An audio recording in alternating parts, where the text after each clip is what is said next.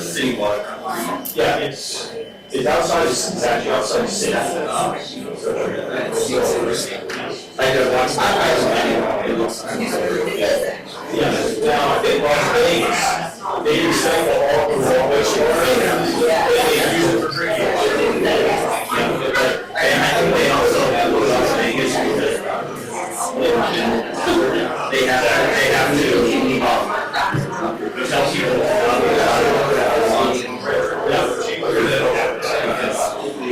actually help me.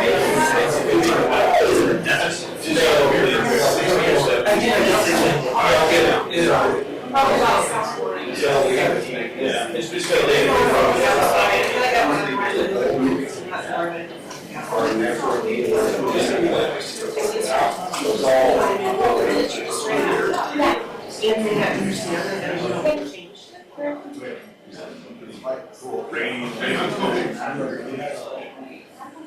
Yeah, I was happy I got on it. Yeah, oh, no.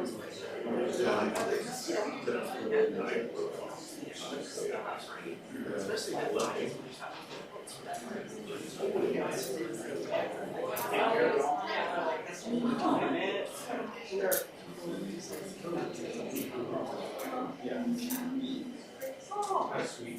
Yeah. This was just her, she was feeling like,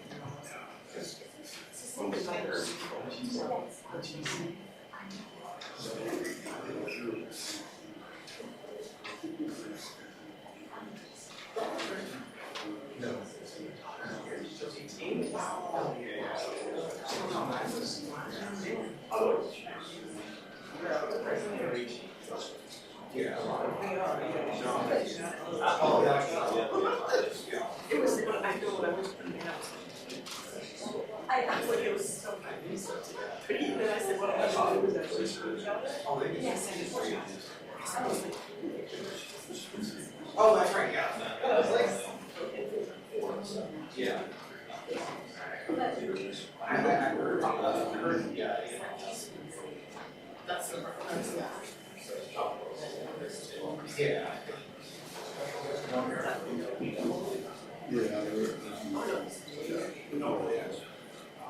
Did you want this on? We have to have some sort of mic on when we record. Oh, okay. Yeah, because there's no central mic in the middle of the room. the whole thing was So, Right. Maybe you should have it fixed. right? It would be nice.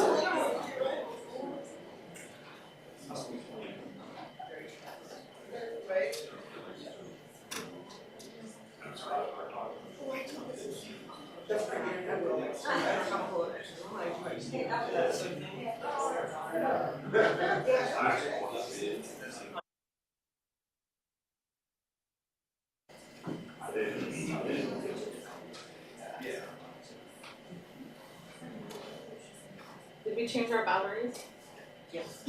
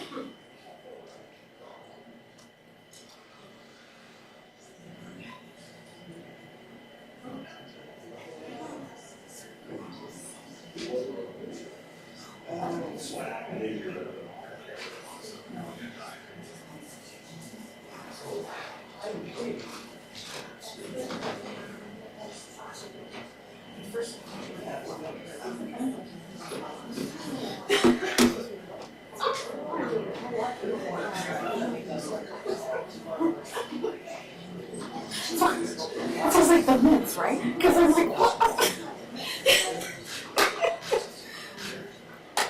Jeez.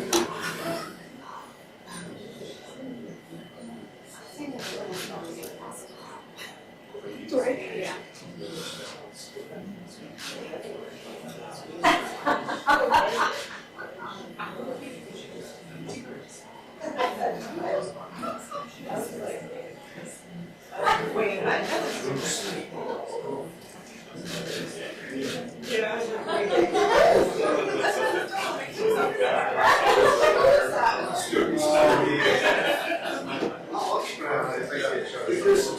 Yeah.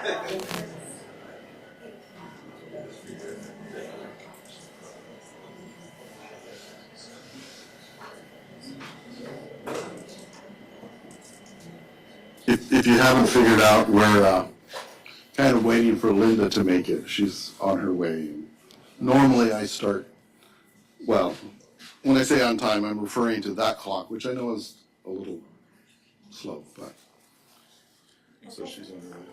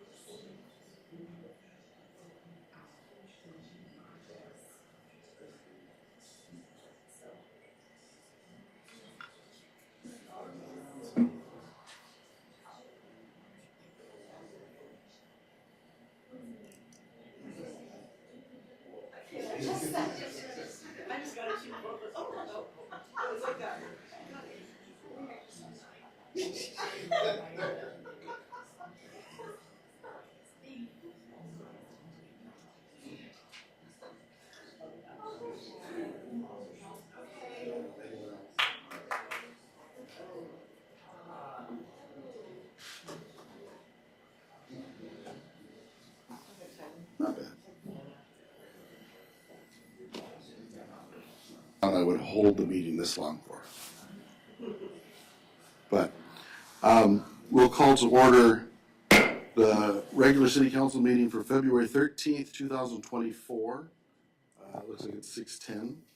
Madam Clerk, could you call the roll, please? Deputy Mayor Ancelotti, Here. Councilmember Cooper, Present. Councilmember Best, Here. Councilmember Tudor, Here. Mayor Carrington, Here. Councilmember Moline, Here. Councilmember Alcantara. Here. All here. All right. If everyone could rise, and I'll ask Mike Combs if he could lead us in the pledge.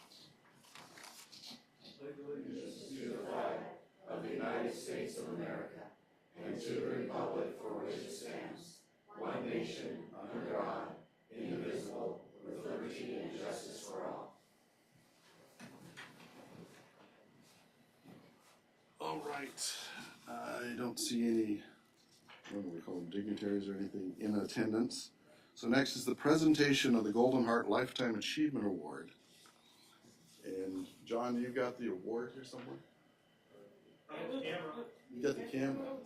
There we go.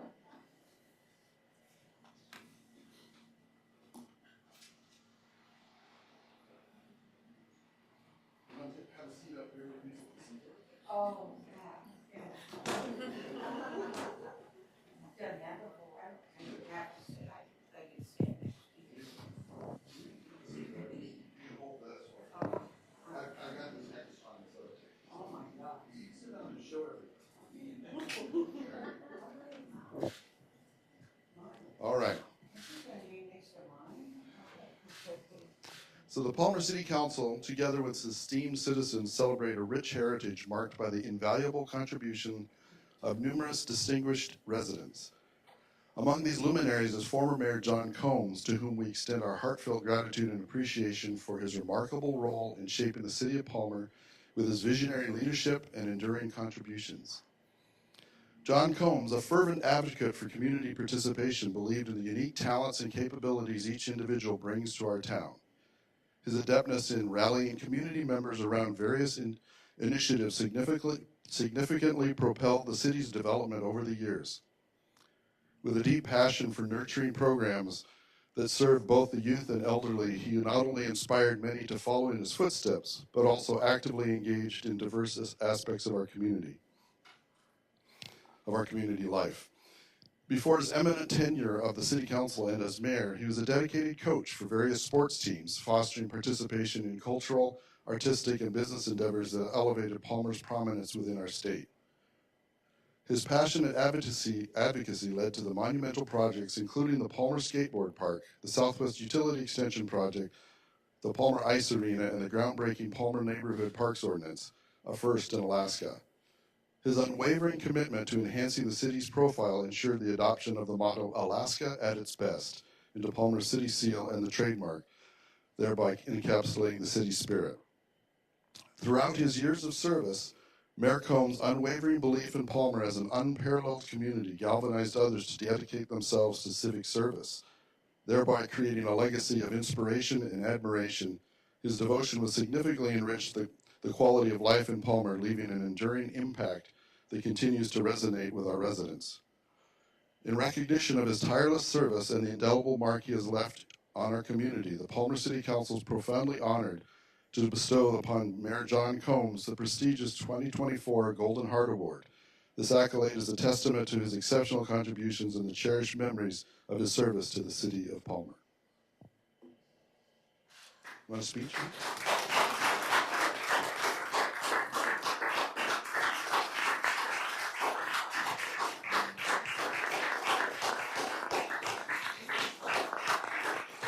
It's a beautiful job. I often spoke with John. Most of you know the reason behind this, and it is to honor individuals who have given often decades of their service to the community. And John was such a wonderful example, certainly to me, of a tireless servant of the people. When he ran the first time, he told me, it's time to give back to the community I love, the one where I grew up, the one that should be the model for everyone. And I've had the opportunity here in the last few weeks to have a lot of people tell me after his passing how much his service and his ideas and his willingness to listen to everyone and have their vision incorporated into his vision for this community, how much it was meant to them. And it certainly means a great deal to me. And I'm going to cry if I say anything else. So thank you so much for this, everybody. I did make a place on the wall that'll go next to mine. I remember in 2018 when the council graciously awarded this to myself, and how proud John was of that. And we often would joke, and he'd start counting and say, I think you have more awards than I do. And but I'm pretty even now. So thank you again so much, and I'm terribly sorry I was late.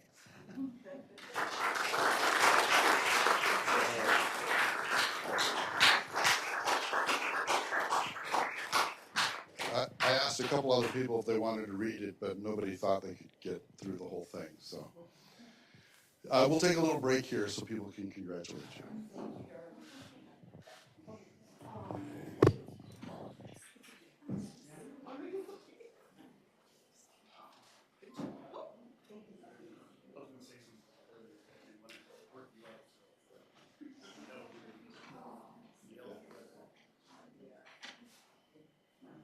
Yeah, that was the long version that came up with it.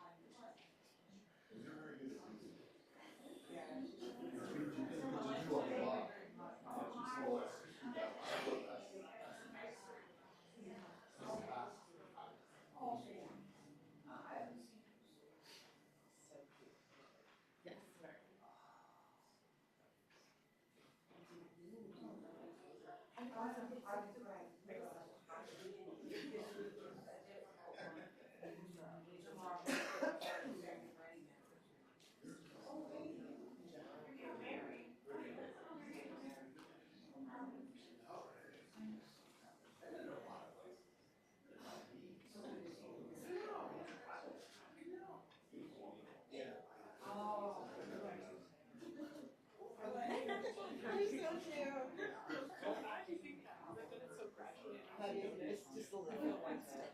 Yeah, it's a little bit, yeah. I haven't seen you in a while, so. Yeah. Yeah, there was no, yeah, extra. Yeah.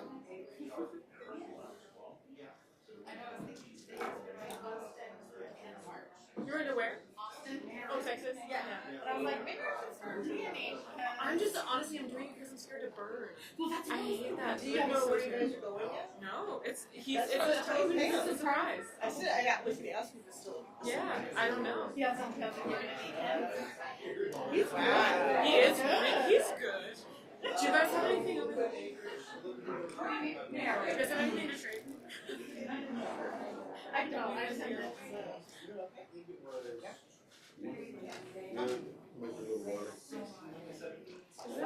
After reading that much. Yeah. I forgot my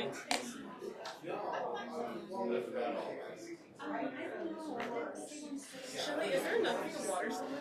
If it's there. I am so thirsty. Yeah. That's true. I meant to ask for it. Oh, okay. Yeah, that's great. Our house is loaded for that.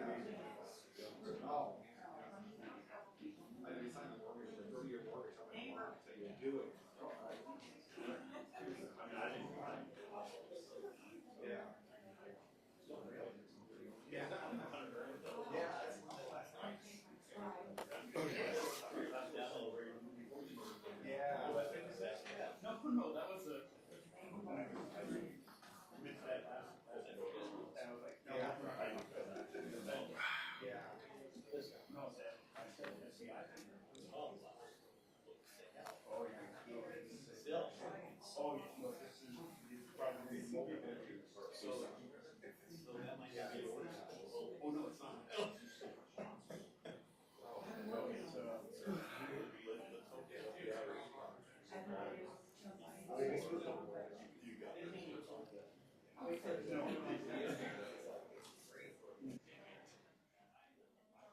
So, Sherry, we'll get together soon. Okay. I've started being out and about a lot. Yeah. She's been home. Been home sick for days. I will see little pieces on Wednesday morning. Oh, at Vagabonds. Yeah. And then there's, like I'll be here playing zoning Thursday.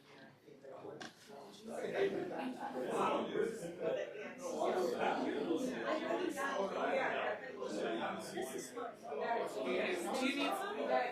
Yeah, I have a little bit of tap water, but I'm trusting the power Well, of this water. is Alaska's best water, so. Uh-huh. All right. Okay. Well, there, got the hard part done. So you got the hard part done. We didn't do the approval of the agenda. I noticed that. I Yeah, think we were really thank skipping through for Linda too. Well, it wasn't intentional. Okay. All right. So, we'll call our meeting back to order. And as people on both sides of me pointed out, I forgot the approval of the agenda. So, what is the council's wishes with the agenda? Move to approve? Second. Okay. Is there any objection to the approval of the agenda and the minutes of the last meeting? Okay. We'll consider those approved unanimously. Next, we have city manager's report. Mr. Manager. Yes, good evening. Have a couple brief things. Shortly is coming to you is Title IV. That is our operation parameters for our organization. We're going through that. That's one thing I want to accomplish before I expire. So that's going to be coming to you shortly. Also, too, myself and the mayor and a couple staff members, we're going to be meeting with Matsu Health Foundation to talk about library funding for a new facility. Myself and the mayor also sent a letter request to Murkowski's office, and the office has been in touch with us about potential federal funding for that. And then also, too, there's going to be a federal grant symposium that will be beneficial to us in that area and in other areas on our legislative priority list. That is all I have for this evening. All right. Is there any questions for the manager on his report? Okay. Next is the mayor's report. I had a written report, and then, as it would have it, the architect got me some information after it went to packet. So I was going to read a little bit more information that I got from Gary Wolf. One of the things that back in 2004, the city had asked Gary Wolf to do assessment on the library. At that time was 20 years old. And so they used some national library standards to size the library and came up with a size of about 24,000 square feet. And then this last fall, they redid all of that and again came up with 24,000 square feet. We reduced it, in discussions with the library group, we decreased it to 20,000 and kind of weighing needs versus wants, and Wolf Architecture went through with all the different areas of the libraries and the square footage to kind of match that we were still kind of fitting those same standards. And I find that fairly typical in the sense that all these people involved are Palmer-based people, and that we tend to be efficient and cost-effective with that. Also, I've got a few meetings coming up. I got asked to sit on the South Central Mayors Energy Coalition, which is a bunch of South Central mayors, and they sent me this packet. I'm not sure what to do with it, but I have a meeting tomorrow where I guess I can ask what I'm supposed to do with it. But it's basically about the energy and the natural gas and trying to understand how, how can we work into the future so that we don't have shortages. There was a small outage, I think, a couple weeks ago with the cold spell. And also, I think everyone on the council received an email from Mr. Basti kind of giving us notice of an event with him, and I've had discussions with him, and with the matters concerning that, I've looked at a code for the city and the state. I don't think I actually tried to dive into the federal, but in the matters of these things, any action that usually has to happen at the conclusion of all the legalities involved. And so basically my plan is to revisit, anything to do with his events, after those conclusions have happened. And so is there any questions for me on my report?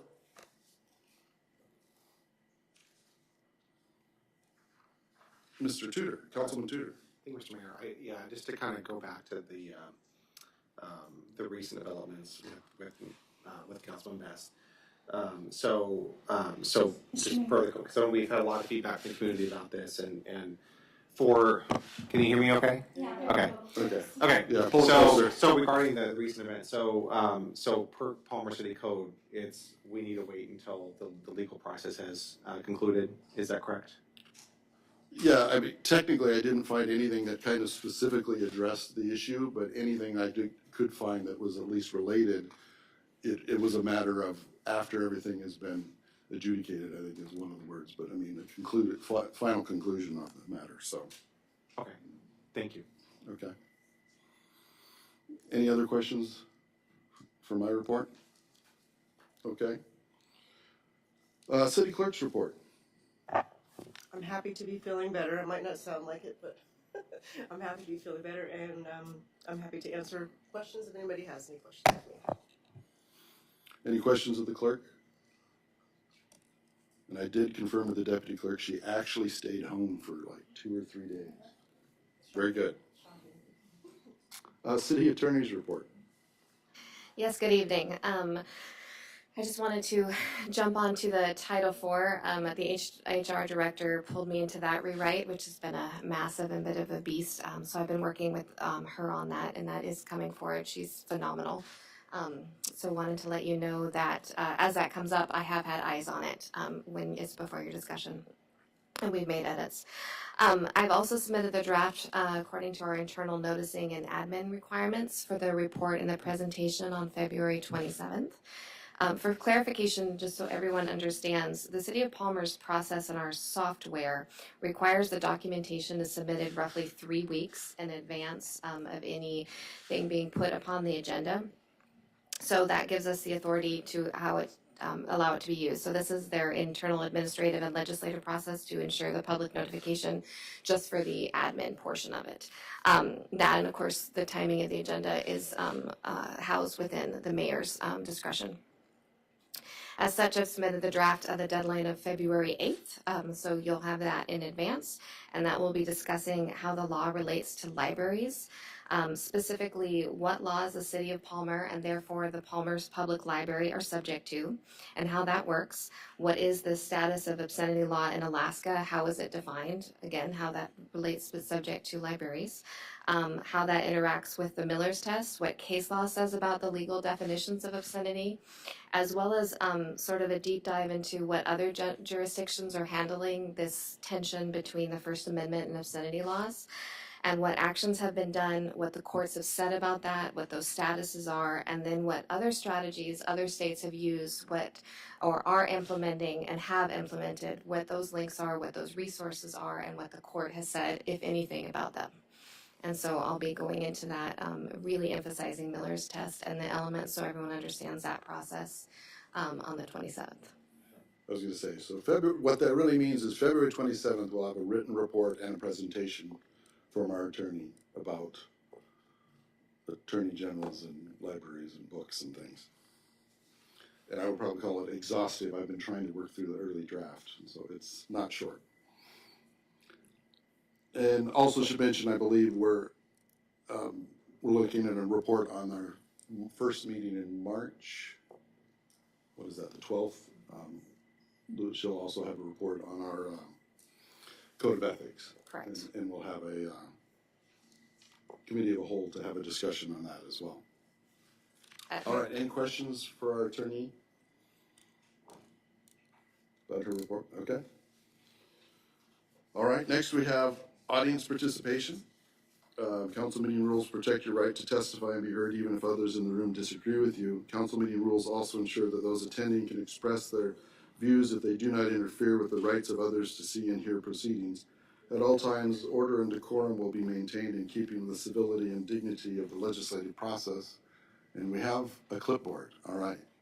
That's why I read that, is to give them enough time to find the clipboard and get it up there. Audience participation's open. Hello, I'm Travis Friesen. I live in Palmer. Today I want to talk about the idea for the library. Last meeting there was a big controversy about having a coffee shop inside of the library, and it seems that most people are opposed to it, regardless whether or not the library owns it or somebody owns it. And I've changed my stance on it because if you think about it, contrary to what most people think, coffee places are kind of noisy and are kind of smelly, and that would take away from the quiet and intimate atmosphere of the library. So I have another idea because at the last meeting, someone mentioned that we could use the space, as some kind of storage unit.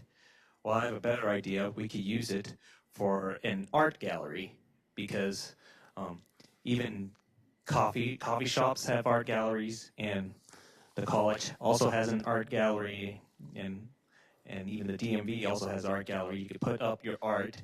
You can also put it up for sale for people that are interested in buying. So that's an idea for to utilize that space, and at the same time, not only it will be used, but it would also still ensure that the intimacy and the quietness of the library will remain as is. So maybe if you find the library people, tell them to think about it. Put up an art gallery instead of a coffee stand or whatever they're called nowadays. Because they're noisy and they stink. All right, thank you.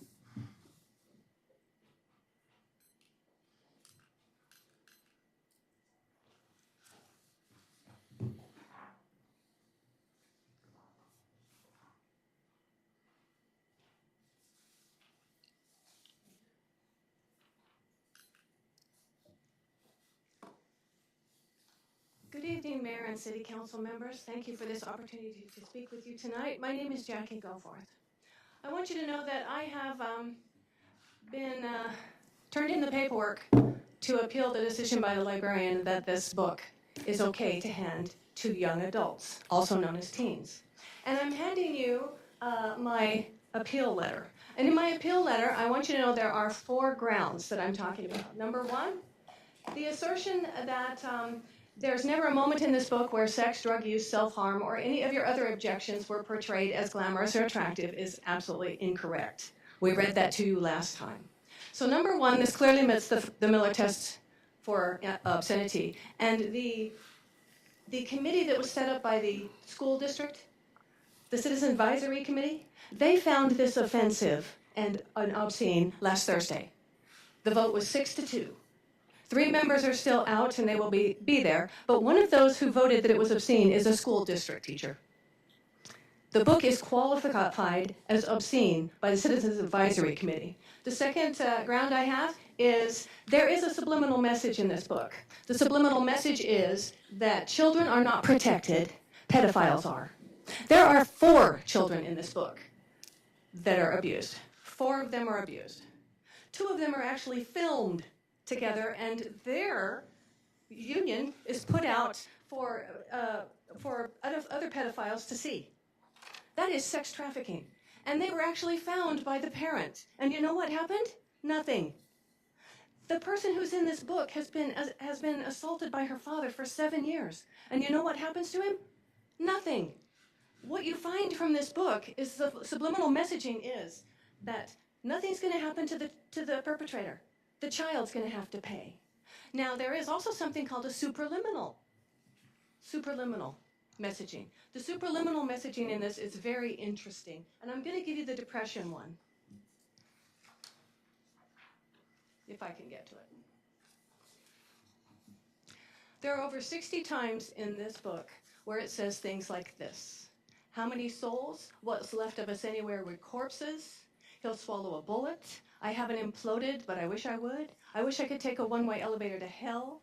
My friends don't understand why I work at the Lutheran home. I'm weather-beaten as they inch toward death. What are you afraid of? I'm not afraid of anything. Evil followed me all through adolescence. The shade was drawn. Her room is dark as a coffin. The giving into death makes her indescribably sad. Should we apologize for not dying? I feel like I'm in a black hollow space. Was I saved, or was fate too damn busy killing other people that day to catch up to me too? Rewind to that film. I don't want to go to another coffin. I don't want to see that. Blood pumps, thump, thump. Seriously, the whole thing has 60-something instances of death, death, death, death, death. And by the time you're finished... That's your time. Thank you. Thank you so much.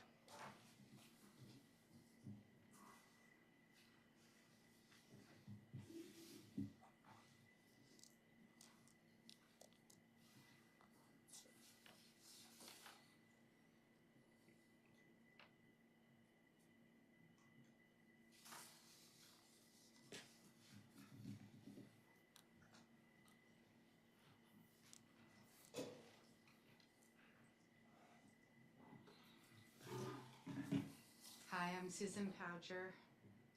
I've got the happy stuff. I'm going to tell you a little bit about what your Palmer Library is doing. Tuesday, February 20th, the library is closed in observance of President's Day. However, Baby Lap Sit at 10 a.m. and story time at 11 will still be offered at the train depot. Saturday, February 24th from 12:30 to 3, and upstairs in the temporary library is our monthly craft club for adults to bring their projects to work on, drop in for a little while, or spend the whole afternoon. February's passive program for adults and teens is self-love notes. Choose a pre-printed inspirational note from our jar to use as a bookmark or keep in your wallet, your car visor, or on your bathroom mirror, reminding you to love yourself. For kids, we have a Valentine Volcano Glittery Pink Science Experiment Kit. Except for they were so popular, they're all gone now. So sorry, you guys won't be able to get one of those. Check out our couples. This is the theme of the month's adult and kids book display, where you can pick up the book and pair it with its movie. We have paper PFD forms for adults and the kids, along with pre-addressed envelopes, or you can get a free computer pass to file online, and the staff is available to help with that. IRS forms have not arrived yet, but Wasilla Library has 1040 and 1040 SR forms, and the forms may be printed from the IRS website. The cute animals, check out the cute animals on our Adopt a Pet bulletin board at the library, and then head over to the animal shelter to adopt one. Our Lego Build event was a huge success. Thank you to everyone who donated Legos and everyone who participated. We plan to have this event on a regular basis and are still accepting Lego donations.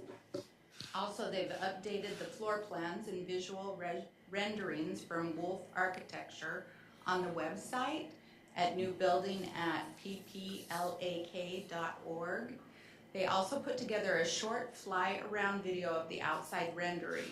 That's on the library's YouTube channel at videos@pplak.org.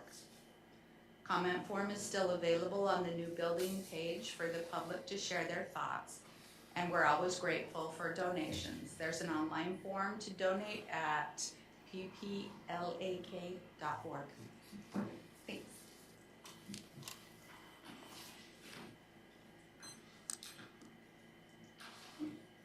Is there anyone else for audience participation?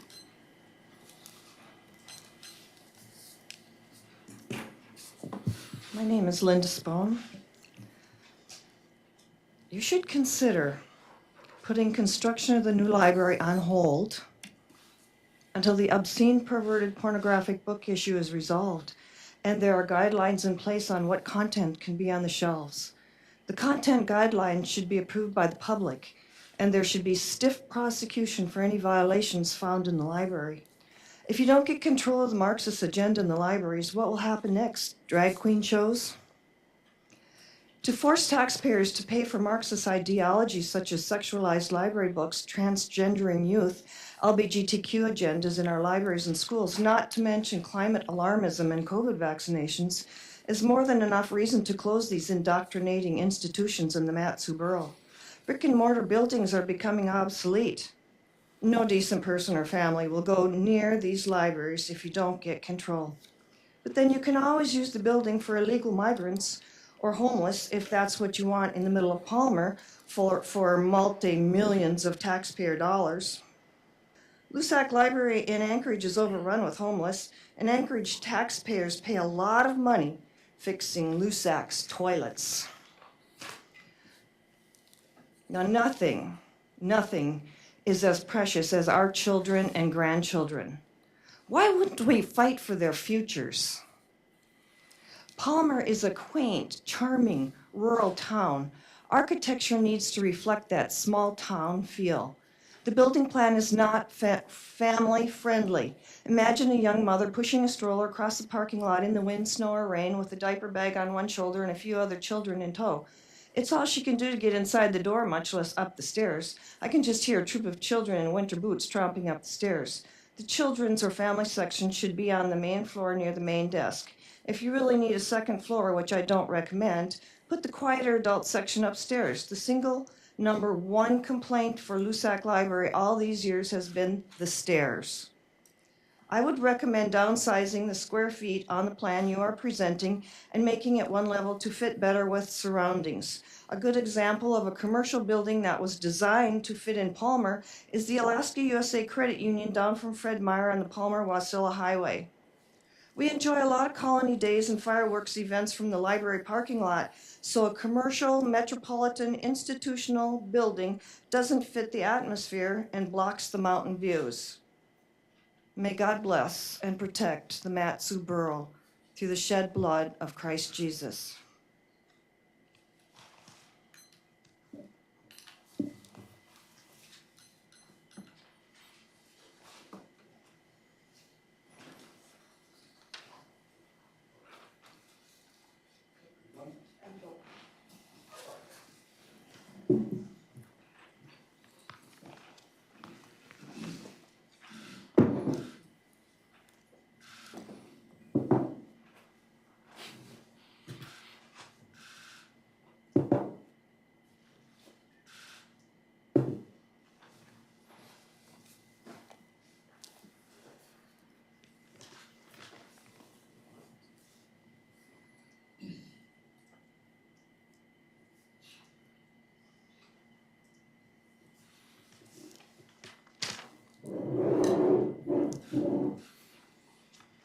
Good evening, Mayor, Council.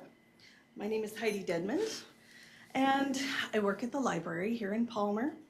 And this is the 15th, which is Thursday, will mark the 1-year anniversary of the roof collapse on our library.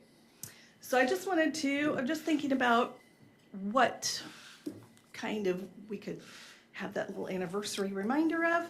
And so these 3 jars have 1-inch squares in them, representing the 69,000 items that were in the Palmer Library before the roof collapsed.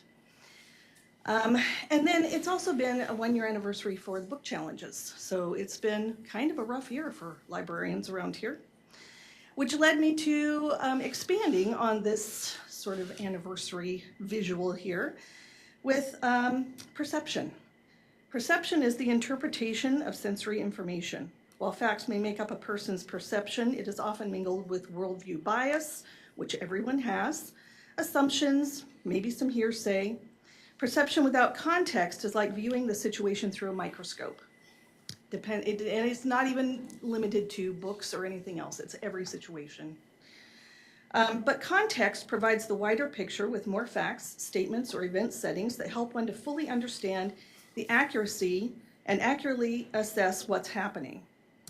So looking at the context expands your understanding from perception to perspective, which leads you to a more accurate truth. So this is perception.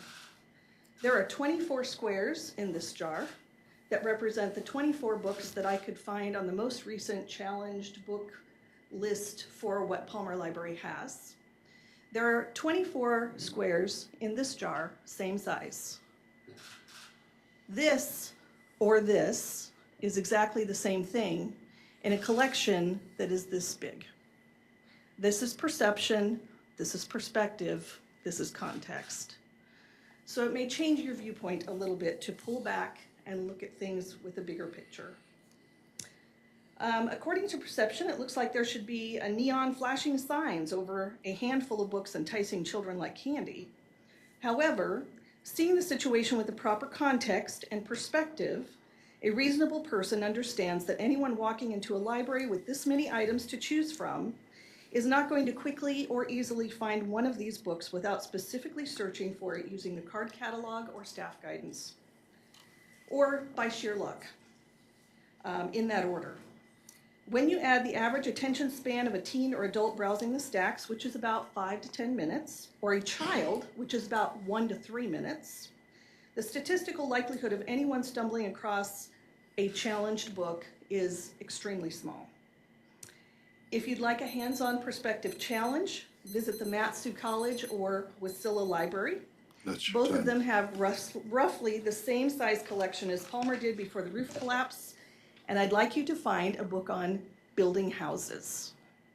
Both of those libraries have roughly the same number of books on that subject, and I'd like you to do it without asking for help or looking in the card catalog. Thank you.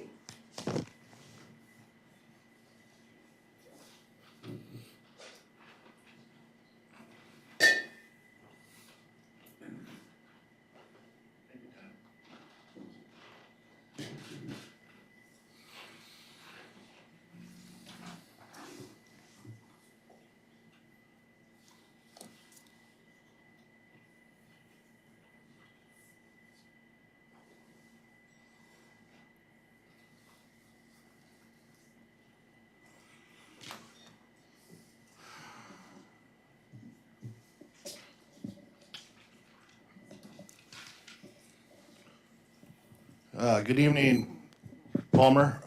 My name is Eric Anderson. I live in Palmer. I came to talk about natural gas and on this first audience participation, before any more of this meeting continues, I have decided to indiscriminately pick out Mr. Best. And the reason I'm doing that is for a couple of reasons. Back in November of 2022, Mr. Best was arrested for a DUI in Anchorage. And with that, I'm sure there was conditions that were placed on him for that while it goes through court. And usually with DUIs, they'd make you abstain from places where you buy alcohol, consume alcohol, whatever. I don't know. Don't know the conditions. But now we have, from February 3rd of this year, we have another DUI, which was in Palmer here. And it's nothing personal against anybody in this room. And I have 125% faith in Chief Shelton and the team that he puts together and the expertise they do with DUI arrests. But DUIs in America is an epidemic. And to have a public servant on a board that is now under 2 investigations for DUI, one is in the court, it's been delayed for 1.5 years, and now we have another one. It really questions the character and the credibility of the person that we have sitting before us. And Me personally, I am a constitutionalist and I believe in innocent until proven guilty no matter what. But getting the details out of this is about like pulling a needle from a haystack. Nobody knows nothing. And it really bothers me that we have somebody that's an elected official that can't come forward with a public statement and at least say, hey, this is what's going on, or maybe they've been advised by the attorney not to say anything. But us as residents, we don't know what's going on. So now the perception is we have an elected official that is under investigation for driving drunk, which is, I've lost people in my family to drunk driving, and most everybody in this room probably knows somebody they've lost. And this is a very serious crime. This isn't child custody or bankruptcy or a divorce where it's a little more personal and really none of our business until it's, if ever. But this is a criminal event, and just a little more detail would be nice to know so the public can be aware of how the city council stands, what provisions are in place if something like this happens. And me personally, Mr. Best, I want the best for you. So if you think that this is a great time to maybe take a leave of absence to get your affairs straightened away, this would be a great time to walk away with some character, other than maybe having to go to potential recall and possibly tainting a career with a recall. And I feel for you. I'm sure the situation sucks, but I'm here for the best interests of the city as well. And it would be nice to really have a little more clarity onto the procedures of what happens when a public employee or elected official is under investigation for a similar crime. That's your time. Thank you.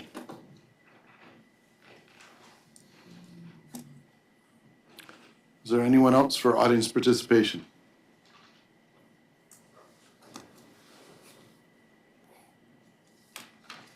Okay, we'll close this audience participation. Next, we have public hearings. Resolution number 24-010, a resolution of the Palmer City Council authorizing the city manager to commence design and environmental work on the lighting system at the Palmer Municipal Airport for the purpose of obtaining Federal Aviation Administration grant funding and appropriate $115,086 from the unassigned general fund balance for this project. All right, we'll open this public hearing. Anyone wishing to speak to this resolution 24-010 can come forward to speak to this resolution.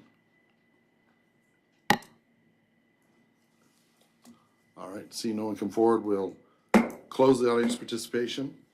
I believe we need a motion so we can discuss this.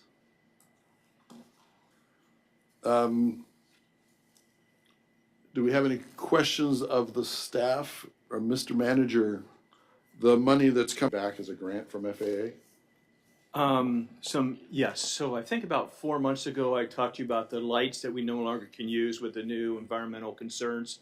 And so we had a plan to do plug and play. I'd like to have our airport superintendent, Mr. Dementi, come and talk about how we're leveraging this to do a whole lot better than the original plan.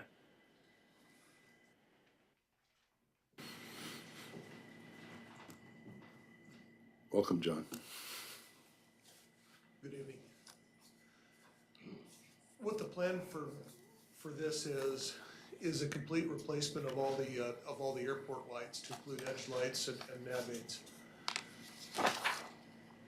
Back at the end of last year, we approved $82,500 to go from the previous airport construction project to move forward towards a lighting project. That money is still intact, and what I'm asking for now is a little bit extra. I'm asking for some extra to be able to bring this project up to a grant-ready project. So what in essence is gonna happen is we're gonna go to a 65% design. We're going to do the environmental work. We're gonna solicit bidders, and we're gonna put a project together, tie a little bow around it, and hand it to the FAA for funding. What happens at that point when the FAA picks it up for funding is they're going to refund us 93.75% of what we've spent. And then the total project will be about $3.2 million. And that's an estimate. That'll need to be updated once the bidding package comes in. And then the city's share of that is gonna be 6.25%, which is going to total, we estimate at this point, about $202,000. All right, Councilman Tudor. Thank you, Mr. Mayor. And just to clarify, so the purpose of this is because there was found to be conduits that were damaged, wiring that was corroded. My understanding is that this is just because the scope of work increased because it was discovered that there's just a lot more work that needs to be done. Am I on the right track for that, or was there? Or I mean, I just wanted to make sure I understand the purpose of why we're replacing all of these lights and conduits, whereas before it was just to do a hot swap of them to LEDs. Yes, sir. MBA Engineering Consultants did a study of the airport and found that the cable running underneath the airport is probably damaged. They did a Megger test on it, if you will, which measures the I'm not an engineer. It measures the conductor. So Sure. The sheathing of the conductor. And they found that the conductor is likely damaged. The FAA has requested that we replace the conduit in there as well, just because you can't confirm that it's a damaged conductor. It could also be water and moisture in the line. And we have found in a couple of spots that there indeed is moisture inside the conduit. Thank you. Mr. Mayor? Yes, Councilmember Moline. Thank you, Mr. Mayor.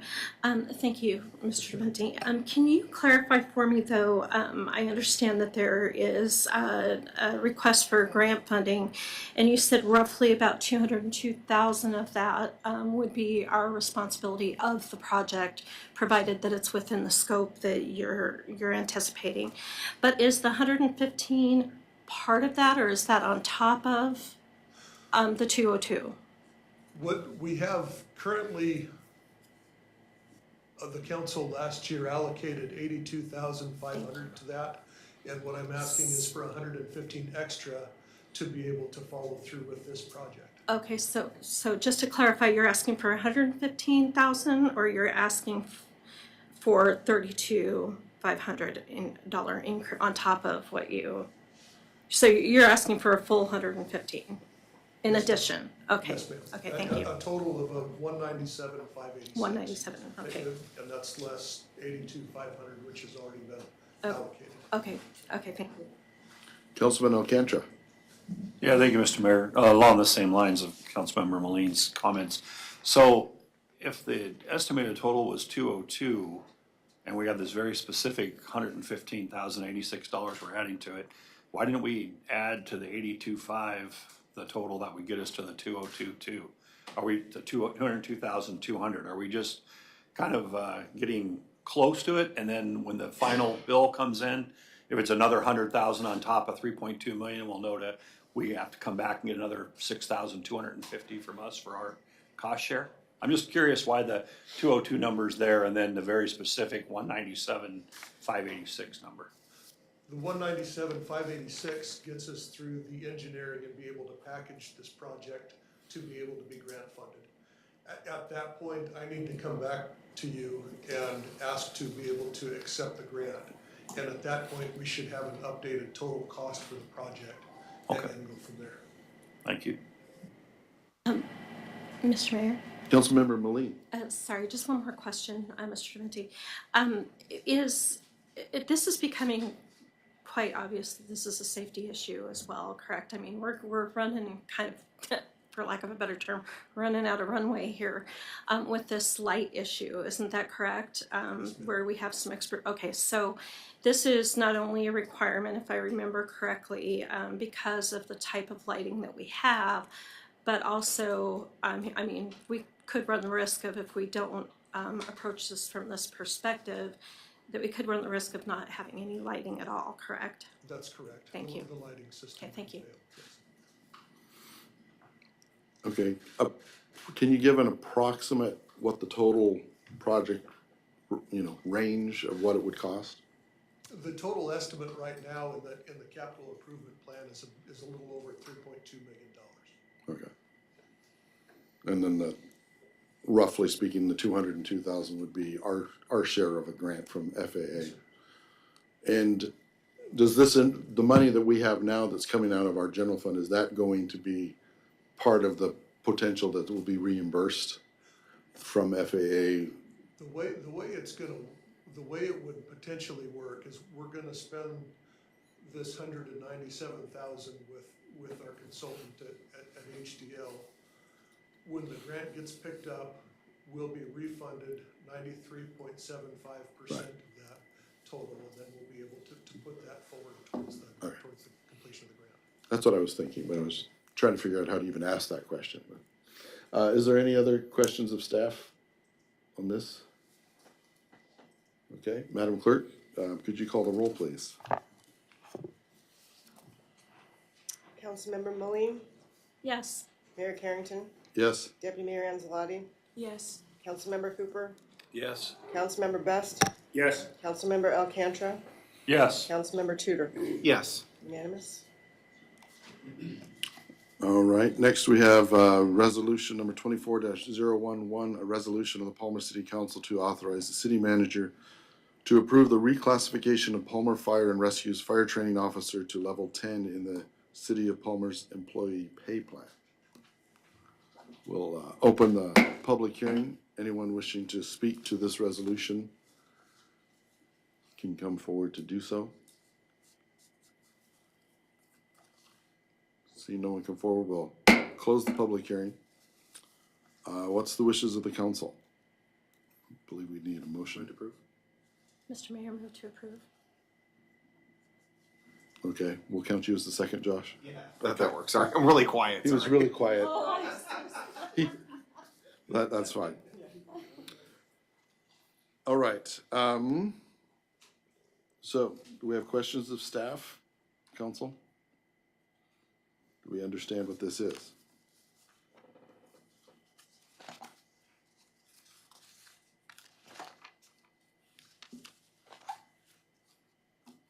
Councilman Cooper. Thank you, Mayor. Seeing how the chief's here, I'd like to have him come up and chat these next 3 or 4 resolutions, if we may. Mr. Manager, with your permission? I don't know, he's been hiding back there from all of us, I don't know. Get up here. I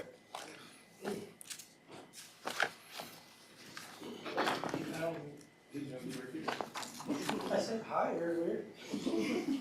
I'm sorry, I ignored you. So, Mr. Mayor and council members, I apologize, I only caught the first half of your comment, Councilmember Cooper. Oh, it was just that I saw that you were here, and I'd like to have you just talk about this resolution, if you may, and then the next 3 or 4 that are all yours as well. All mine, the next, 3. So with the new pay plan schedule that you voted on November 28th, that caused a lot of movement with personnel, all my personnel, actually. And so part of the process was to rewrite the job descriptions and make a request for reclassification. The process came out, our human resources manager came out and gave the classifications you see in front of you. John Prevost is really my number 2.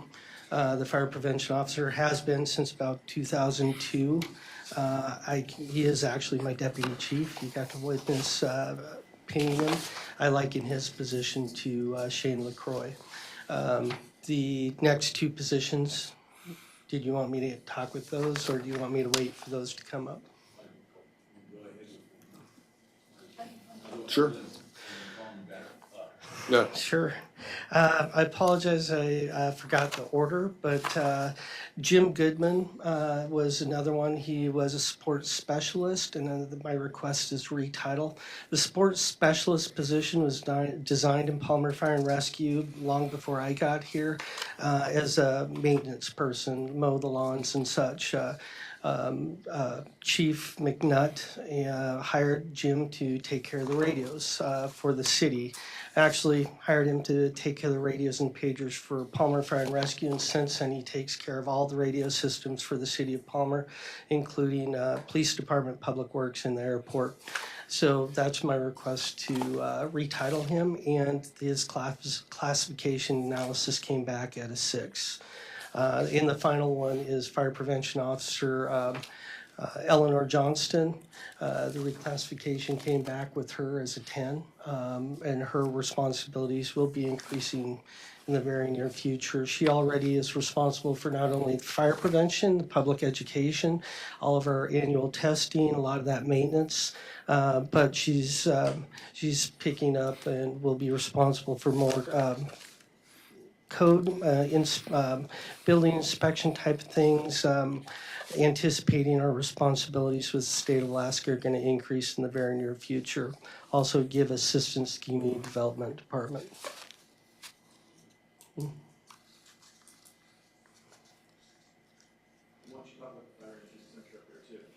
The fire engine? Is there a fire engine on the public hearings? No, the last one. Yeah, don't even the last one. Okay. Well, wait a second. Councilman Alcantra.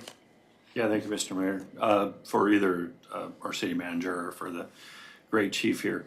So on the first one, it mentions a already budgeted fiscal impact of $3,113.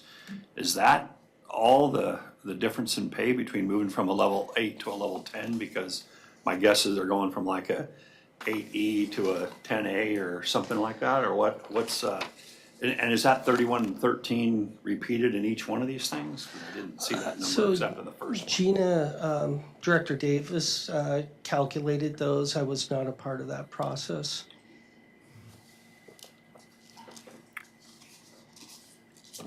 Mr. Manager, do you have any, is that number for one or for all three? Or? So just, this is the reclassification that was approved by City Council. City Council requested that we had all our staff with HR go through the job descriptions, make sure they had a chance to be reviewed by the directors. And so what this says is changes, but that person will be placed, if, let's just say that person goes from an 8 to a 10, that person will be placed at the closest pay level that they are going to be positively. So it's not going to be a windfall for any of our employees with these job classifications changes. It will not be a loss, even if it went down. Nobody's asking for any to go down, by the way, as you could probably guess. But if they go up, it's just positively what is the closest step they would be on. And so it fits in with our budget, and that was the intention, to give really another crack, as you directed, for clarification for all these job descriptions and how they would fit on our pay scale. Follow it. Councilman Yeah, Alcantra. specifically on page 41, it mentions that, and that's why I mentioned going from a 8E to a 10A or something like that.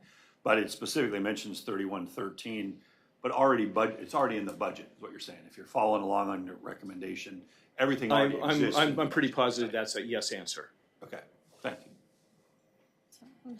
Mr. Mayor. Councilmember Moline. Okay, so it looks as though we're already starting to see the benefits of this pay classification starting to kind of come to fruition. Even though there might not be a tremendous pockets of pay, I think that there is obviously room now for people to be appropriately classified, but also to move within those classifications accordingly with the work that they're doing. I would just like to maybe touch or hear from you about the responses as of late with the employees as to how they feel about the classification now, if you're willing to offer that up. I'll do my best, Councilmember Moline. I will only speak on behalf of my personnel.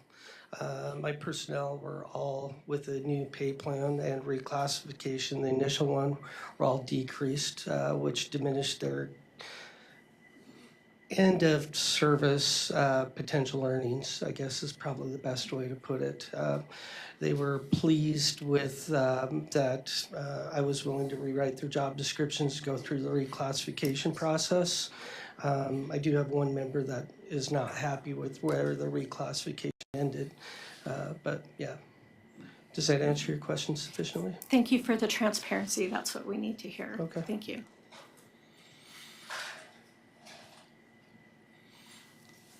Any other questions of council? Or comments from the chief? The last one was on the fire truck. Oh, yeah, they started to ask about the fire truck and then I interrupted, so.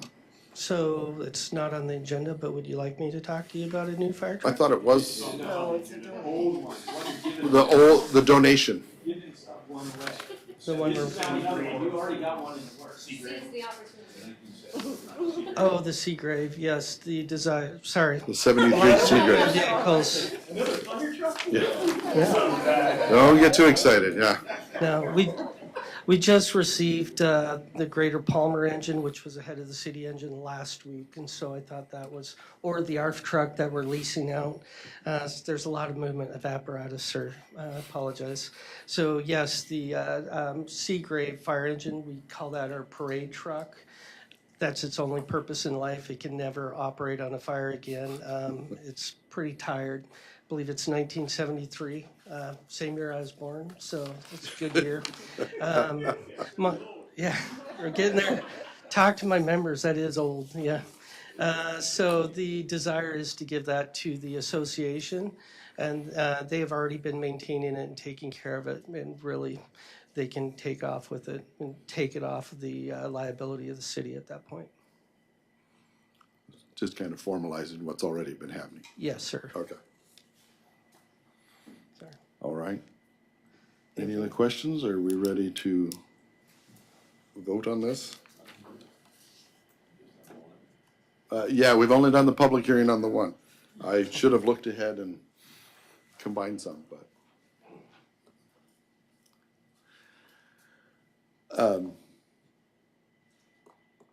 Madam Clerk, do you want to call the roll, please? Councilmember Best, Yes. Councilmember Cooper, Yes. Deputy Mayor Anzalati, Yes. Councilmember Moline, Yes. Mayor Carrington, Yes. Councilmember Alcantra, Yes. Councilmember Tudor. Yes. Okay, unanimous. All right. Next, we have resolution number 24-012. Resolution of the Palmer City Council to authorize the city manager to approve the retitling of Palmer Fire and Rescue's permanent part-time support specialist to communications specialist and reclassification to level 6 in the city of Palmer's employee pay plan. Love these titles. We will open the public hearing. Anyone wishing to speak to this resolution can come forward. Okay. We will close the public hearing. What's the wishes of the council? Councilman Alcantra. Move to approve resolution 24-012. Second. I'll let you figure that out. All right. Is there any questions of staff? Mr. Manager. Yes, I want to say this is a great example on the need for the city of Palmer and how fortunate we are. The gentleman in this position has a variety of skills. We're paying for a half-time person. It would cost us multiples for our contract to do this. And this is some of the people that we have relying on the city because we cannot afford to have a huge staff or have everybody full-time. And so just want to kind of point that out, that we have a lot of good people working and really benefits us financially in our operation. So this is a part-time position. It's not split with the other half of the chief? Correct. Okay, wow. Yeah. Very, very fortunate. Any other questions of staff? Okay, Madam Clerk, if you could call the roll, please. Councilmember Moline, Yes. Mayor Carrington, Yes. Deputy Mayor Anzalati, Yes. Councilmember Cooper, Yes. Councilmember Best, Yes. Councilmember Alcantra, Yes. Councilmember Tudor. Yes. Unanimous. All right, next we have resolution number 24-013. A resolution of the Palmer City Council approving the reclassification of Palmer Fire and Rescue's Fire Prevention Officer to level 10 in the city of Palmer's employee pay plan. We will open the public hearing. Waiting for someone to come forward. Was that? No. I saw someone almost get up. Okay. We will close the public hearing. What's the wishes of the council? Move to Mr. Mayor, approve. move to approve.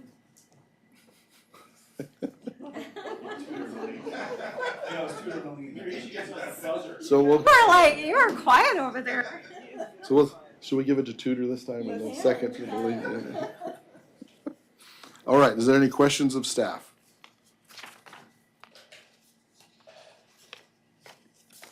All right, Madam Clerk, if you could call the roll, please. Councilmember Tudor, Yes. Councilmember Alcantara, Yes. Councilmember Best, Yes. Councilmember Cooper, Yes. Deputy Mayor Anzalotti, Yes. Councilmember Moline, Yes. Mayor Carrington. Yes. Unanimous. Okay, resolution number 24-014, a resolution of the Palmer City Council to donate Palmer Fire and Rescue's 1973 Seagrave fire engine to the Palmer Volunteer Firemen's Association. We'll open the public hearing. Anyone wishing to speak to this resolution, please come forward. Okay, we'll close the public hearing. What's the wishes of the council? Move to approve. You guys trying to? Second. Is there any questions of staff? All right, Madam Clerk, if you could call the roll, please. Councilmember Alcantara, Yes. Councilmember Tudor, Yes. Councilmember Best, Yes. Councilmember Cooper, Yes. Deputy Mayor Anzalotti, Yes. Mayor Carrington. Yes. Councilmember Moline. Yes. Okay. There's no action memoranda, no unfinished business, no new business. A record of items placed on the table. Document from Manager Musi and document from Jackie Goforth. Okay. And audience participation. Mr. Mayor, Oh, yes. just one quick question. Were there any email communications received that were asked to be read into the record? Okay, thank you. Okay. All right. Next, we'll open audience participation number 2. Please come forward. If you haven't signed in, please sign in. State your name, and you have 3 minutes. No, I said if you haven't signed in. Oh, my name is Travis. I live in Palmer. And again, I think you should really consider about using that space for the library for an art gallery, because I think it will encourage other people to do other artful deeds. And speaking of which, I would also highly suggest that the library, that the architectural style of the library should be changed, because the way it stands, it screams, it's too modern, and kind of screams, has a Disney-esque vibe to it, which I don't like the Disney type because of the bright colors and stuff that doesn't make sense with it.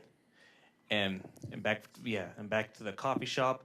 I forgot to mention that the LUSAC Library in Anchorage has a coffee shop, and we don't want to be like Anchorage. I mean, we're crying out loud. Palmer is is Alaska at its best. I think if we be like Anchorage, we're going into the very wrong direction. So think about that. Thank you.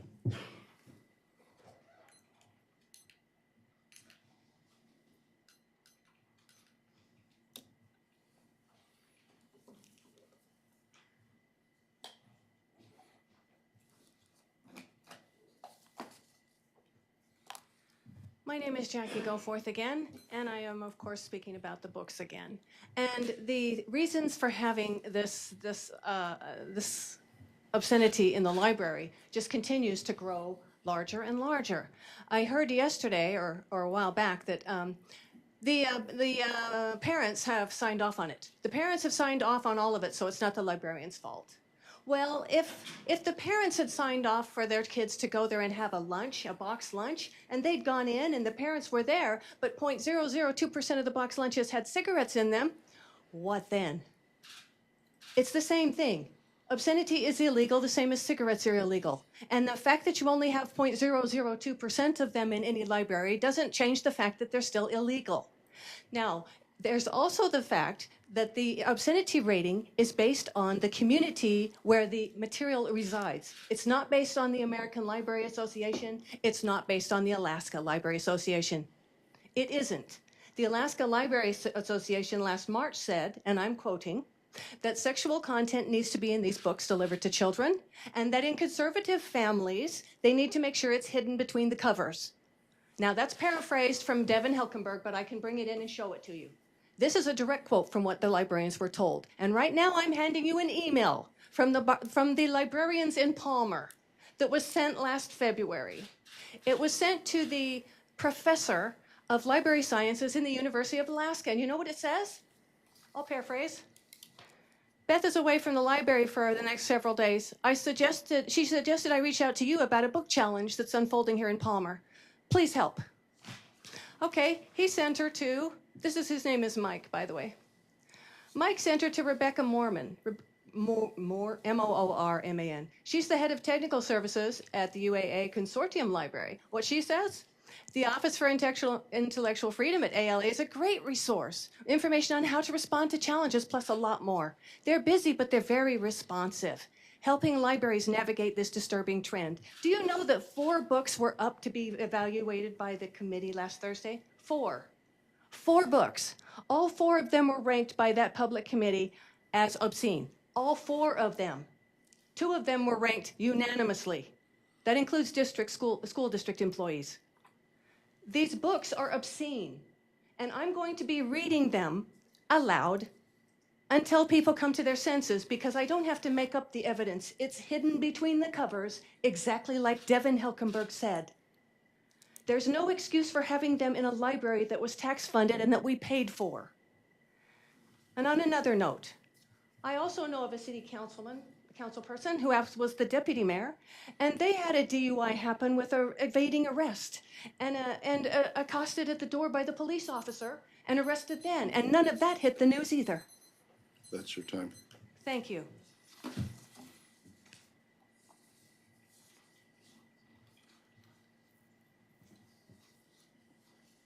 My name is Linda Spohn. Some of you are aware of the Bible verse in 1 Corinthians 5:6. Know ye not that a little leaven leaveneth the whole lump? The lady with the little jars here thought just a little bit would be okay. But what is it going to stay a little bit? Do we have to pay for it as taxpayers? What if we just don't approve of this? Librarians always tell you what wonderful activities are going on at the library, or they read you the rules on how to get a library card, stressing that parents are responsible for their children, what their children pick up and view in the library. Parents often come to the library with several children. Unless you handcuff them upon entering the library, there is no way a parent could know everything a child picks up and what he sees. You know, the mind doesn't always forget what the eyes see. We, as a family, used the library extensively. I went to the library with 3 children of different ages, all looking through their age-appropriate bookshelves, some not even in the same aisle. Marxist librarians are aware of families in libraries and have these books on shelves for only one purpose: to groom children. Why else would they fight so hard to keep them there? 20 years ago, we started running across questionable books in the library, and we no longer went to the library to sift through the shelves. The children had to have the name of the book and the author, and we went in and got that book and left if they had it. Thank you. I don't like paying for something I can't use. Is there anyone else for audience participation?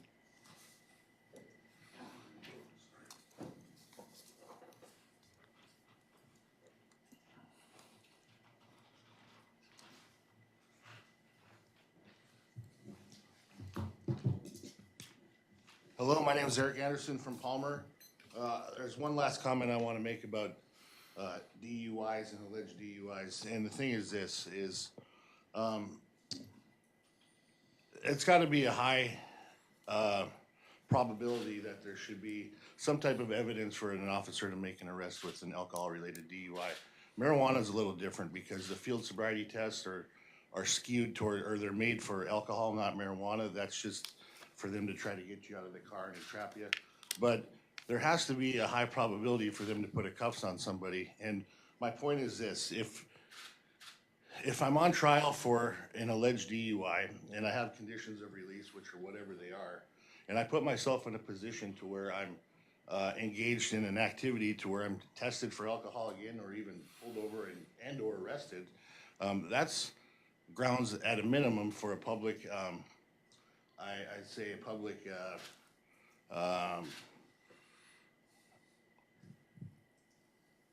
chewing. I don't know what the word, I'm drawing a blank right now.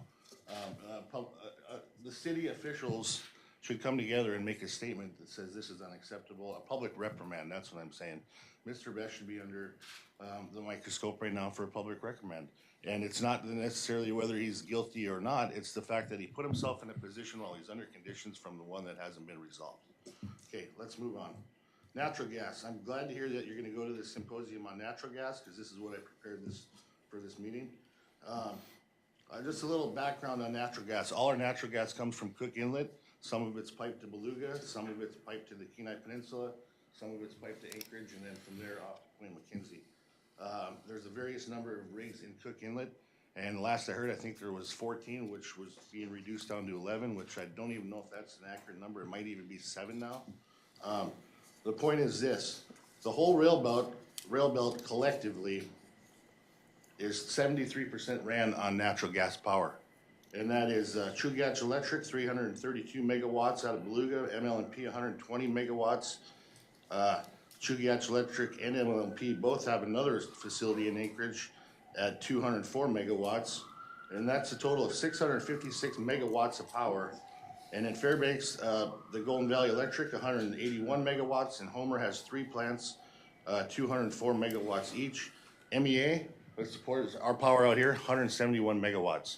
So we're at the end of the line when it comes to the lines and the extensions, and they're trying to expand as our population grows, but there isn't enough gas right now.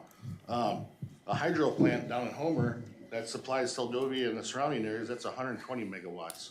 My point is this: by 2035, the state governor is saying that we're going to be at 85% renewable energy. That's 2035. That's 9 years away. We still have codes in our provisions that we're building with natural gas appliances, so that's something that you guys need to look at. That's your time. Anyone else for audience participation? I see that hand.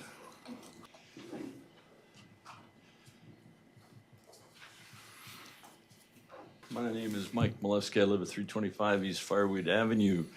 And because our studios for the radio station are located where they are, across from the depot, I get to walk back and forth there. And I've been focused recently on 2 signs that I'm going to suggest be removed. These are stop signs. If you've driven across the railroad tracks, you'll note there's a stop sign on the left and a stop sign on the right. Presumably, people are to stop there, but what I've noticed recently is that people don't stop there. I have seen more people drive through that in the last week than I probably have seen in the last months, whether it's dark or light. So the reason why I throw that out, you may want to remove them, or perhaps, as has been done in a few other places, the stop signs have been lit, illuminated. And I don't know, if you go over there and take a look, you may note that they're very difficult to see in early morning darkness. But I would submit they're also very difficult to see when finally the leaves come out and everything is green, etc. They do not stand out. So I don't think that people purposely say, oh, this is an opportunity for me to drive through a stop sign. It's just difficult. And if someone is not too familiar with that or thinking of something else, blow right through those, going either way. And since this is the area where we're talking about the library being rebuilt, and a lot of kids go back and forth across there, as well as many other people, I would just submit that consider, I don't know the process, but consider illuminating those two stop signs, that might be a helpful thing. So, thank you very much.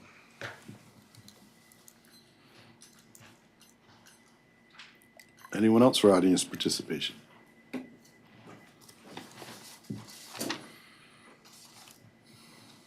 Heidi Dedmond again. Thank you for hearing me again.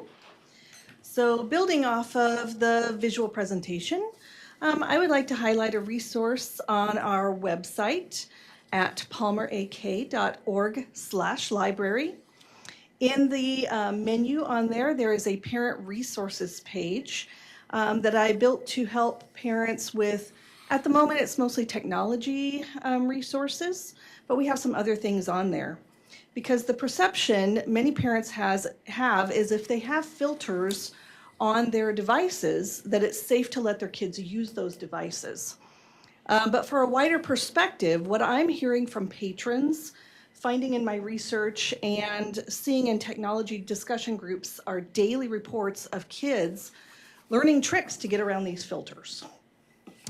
There are apps that function and look like a calculator, but if you put in a special password, it will give you unfiltered internet access. That one is actually a little bit old, but that was, once a kid figures that out, it just goes like wildfire around all the kids in school.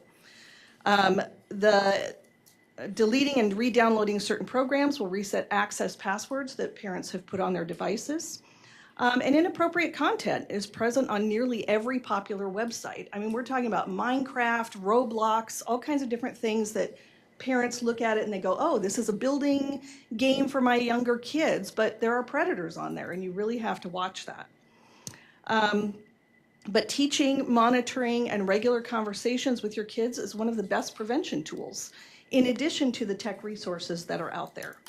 So while the city and the library don't endorse individual resources on the page, there are links to phones and phone services, internet filters, media reviews for books and movies and video games, online safety tips, information to help prevent child trafficking, and parent support groups on social media, and more on that page. So I just encourage you to check that out and just be aware that the internet is a dangerous place for kids, even when it looks like it's not. So again, that's at palmerak.org/library on the parent resources page. So I will end here to cut off my overage from before. Thank you so much. Thank you. Anyone else for audience participation? I'm going to cut you a little slack and won't complain about anything. I am looking forward to hearing from the city attorney on libraries and the law. I look forward to that. Thank you.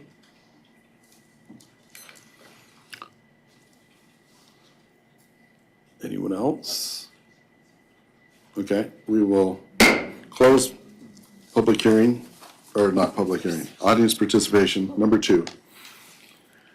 All right, no executive session. Council member comments. Deputy Mayor. Since you're so quiet usually, we'll start with you. So quick to start with me. I don't have a whole lot to say at this point. I am kind of sad to miss the February 27th meeting since we're going to be going over the library law, but I will definitely watch that before our next meeting. Other than that, yeah, just a reminder that I will not be here for that meeting, and that's it. What? Why not? I'm getting married. She's getting married Saturday. Councilmember Moline, council comments. Thank you, Mr. Mayor. Thank you for. Excuse me, isn't our meeting on Tuesday though? Yeah. I think she might be busy. She's insisting on a honeymoon, And I'm not apparently. going to Juneau for my honeymoon. All right, Councilmember Moline. Thank you. So I'll repeat myself. Thank you, everyone who came out tonight, especially our wonderful Fire Chief Chad. Thank you so much for being transparent and giving us the information that we needed.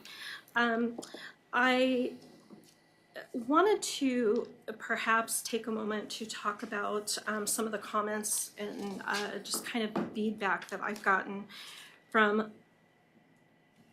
so many people on the library that it kind of becomes a little numbing. And I think what I just want to maybe encourage for the library committee as well as our mayor and this effort with the new schematic design is that while I can really appreciate that there are some other cities, and Mr. Mayor, I really appreciate you putting together kind of the size and the cost of other locations, but with a library that is currently roughly 12,000 square feet and some change, I think that this design is pretty ambitious, and I think people have got a lot of heartburn over it because it's very ambitious.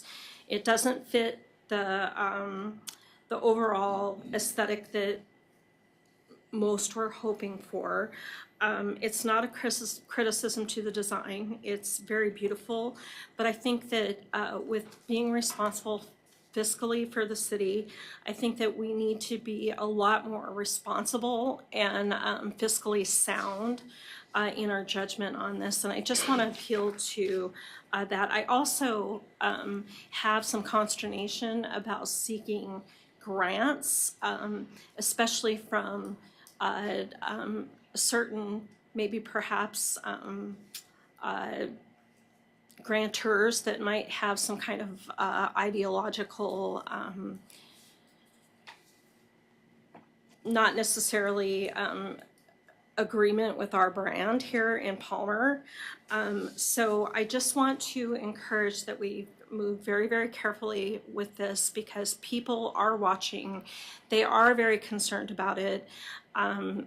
I wish that they would have been a little bit more concerned during the voting that occurred with it, but it's their library. I think it's fair that they have voiced their opinions on it, and I thank them for sharing, but I just want to appeal to the council as we move forward with decisions on this. So thank you. Okay. Councilman Tudor. Thank you, Mr. Mayor. I just want to start out by giving some kudos to Wolf Architecture for the design they did. They had a lot of public input, and they used that for the library design. And I think the new library design that we have here in front of us, there's a lot of things I like about it. And a big thank you to Mayor Carrington. I reached out to him because I was concerned about the cost of the library as a council woman, Molina's, and gotten a lot of public comments as well. I've had a lot of people come up to me and talk to me about the library cost.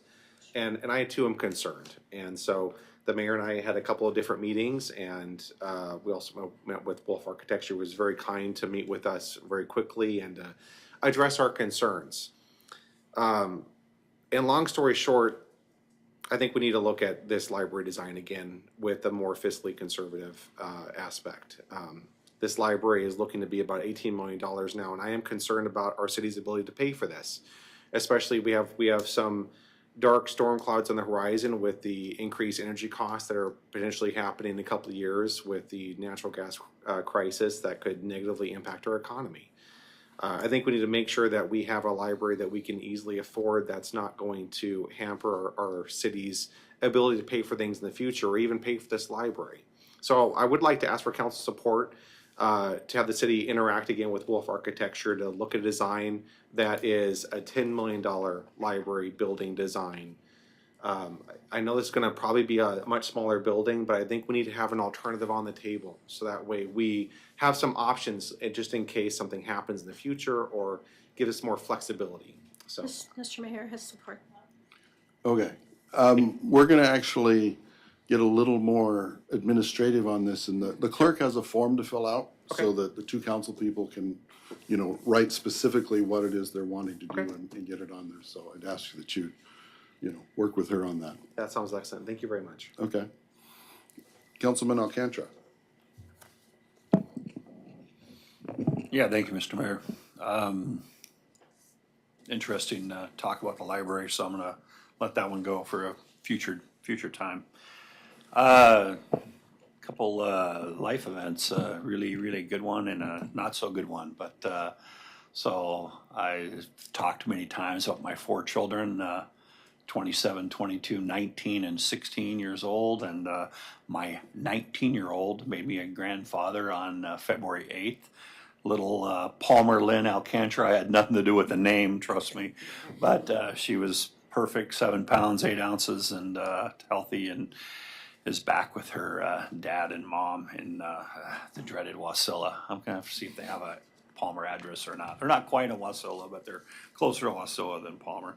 So that was a fantastic thing. And then 3 days ago, old friend of mine, younger than me, but I've known him for a long time, passed away, named Tommy Anderson to me. Tom Anderson to me was always his father, who was the colonel with the Alaska State Troopers, as high up as you can get in state troopers. And Tommy Anderson was an Anchorage School Board member, a Alaska representative for 4 years. Made some mistakes in his life, and he accepted accountability. Did 3 years in Oregon Federal Penitentiary, and still came back to Alaska and became a very successful businessman, a father of 4 boys, and moved on with his life and passed away at the age of 56 on Friday. So it kind of leads me to the last thing. I hate to address this, but I'm just going to address it this way, is that I was telling my fellow councilman over here that I've been living on Jocelyn Lane now for 20 years, which seems unbelievable to me. But for about the first 15 years of that time, I had the greatest across the street neighbor by the name of Richard Best. And no, he doesn't live on Jocelyn any longer. We don't have Jocelyn covered entirely on the city council. But like the aforementioned Tom Anderson, I mean, Richard's made some mistakes recently, but he is going to address those mistakes. And I think in due time, information will come out, and we'll be able to move forward from there. So I think first and foremost, no one is perfect in this world. Everybody has issues that they have to take care of, and I hope give him due time to do that, and we'll address those things as we move forward. And thanks for your time today. Councilmember Cooper. Thanks, Mayor. I was glad that Linda was here, that we were able to present the Golden Heart Achievement Award to John. I look back, and Steve and Brad and John and I was mayor when we were on the council together, and I was really proud to be part of the history and all the progress that we created during that time frame. And like I say, it was an honor to see Linda here, and we had some great times years ago on the council, and I remember the conversation that we had with John finally coming up with Alaska at its best. That took probably half an hour of him going through all the different Gateway to Hatcher Pass and all that kind of stuff. It was really kind of an interesting evening, but we came up with Alaska at its best, and we are Alaska at its best. And so on a happier note, I wish everybody a happy Valentine's Day tomorrow, and thank you. Okay. Councilman Best. Thank you, sir. Hopefully the wedding goes through as a breeze, and that is everything that you were hoping for. I wish you well on your life going forward. Very proud of the young lady that I'm sitting next to here. And congratulations to the newest grandpa on the table. All right, with that, we're adjourned.